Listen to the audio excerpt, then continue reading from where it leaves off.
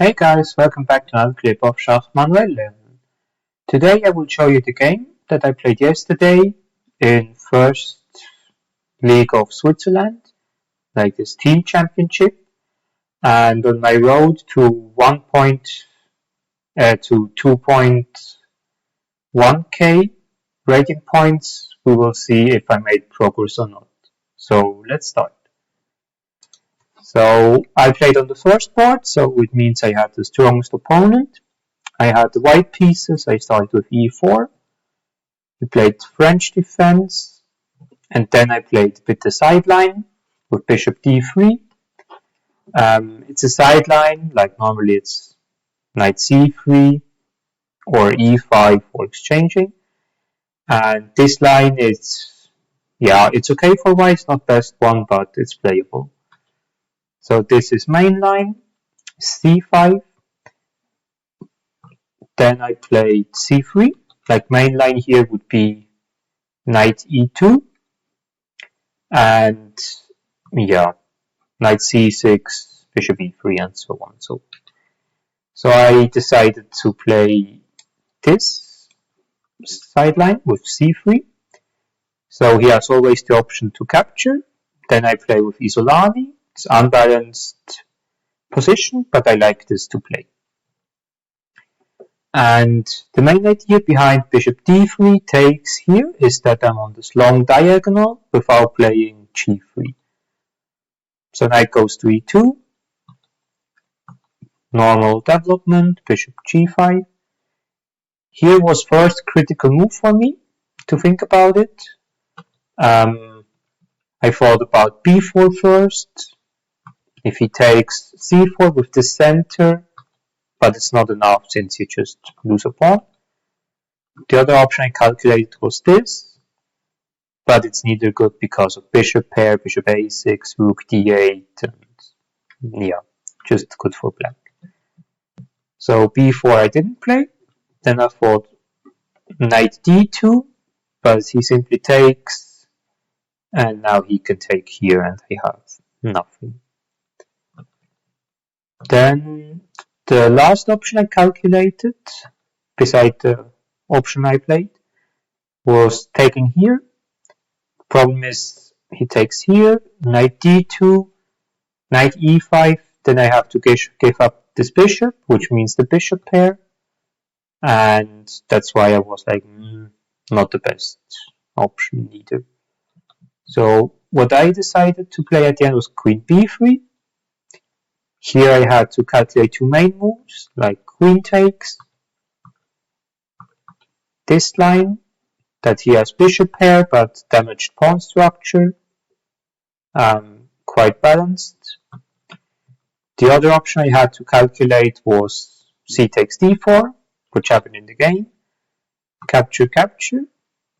And here are two options, like either I take with knight e5, rook d1, takes, takes. Here I play against these two weak pawns and against this not developed bishop. And he has the bishop pair for the compensation. That would have been slightly better than what I played. I played cd4, rook d8, and now I have to protect kind of the pawn.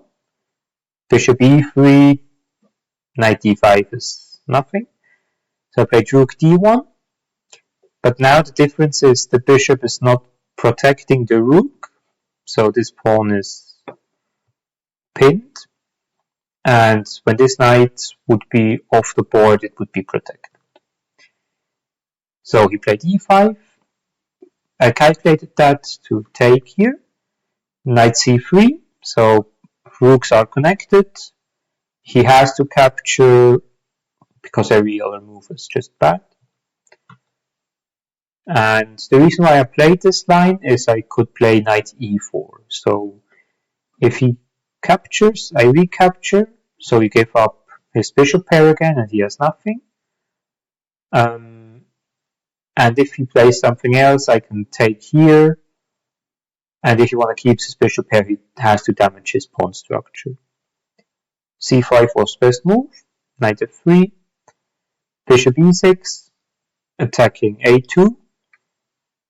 If you would play b3, would just capture, a2 is hanging, that's why a3. Bishop b3, rook takes, rook e1, with the idea of hidden side of e7. Bishop e6, and now I make this trade that his pawn structure is damaged. Bishop f4, that he can't play bishop d6, so no this diagonal for him.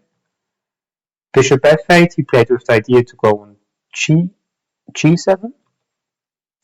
I played h3 to have a bit air here with the king, no background stuff anymore.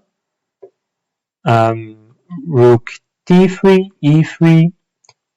Because of time trouble, he repeated bit moves. And after rook d5, I decide to play rook d2, rook c7, simply b5, and I didn't see another good move. Rook c1 is a bit problem, it doesn't do something against bishop g7.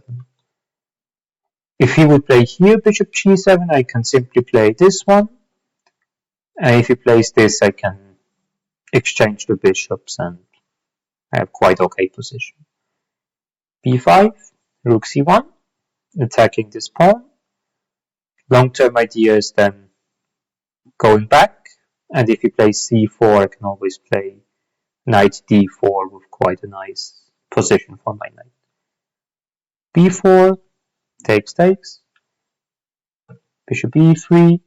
This was the inaccuracy that he made, because he didn't see knight to d4. He told me that after the game. And what's the problem about knight d4? This rook here has no squares. I will give you an example a bit later. But here you see he can't take, neither here. This is blocked, this as well, here as well, here as well, here as well. So, according to engine, he should play f5, but then I simply take, and it's a really drawish endgame. Then he played bishop d7, and now I thought about two moves. Rook c7, luckily I didn't play.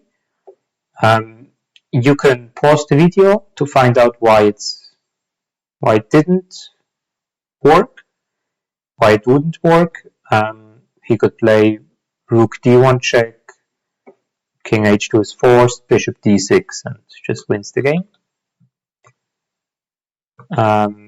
But then I saw what I mentioned before, this rook has no squares, so king f1, bishop h6.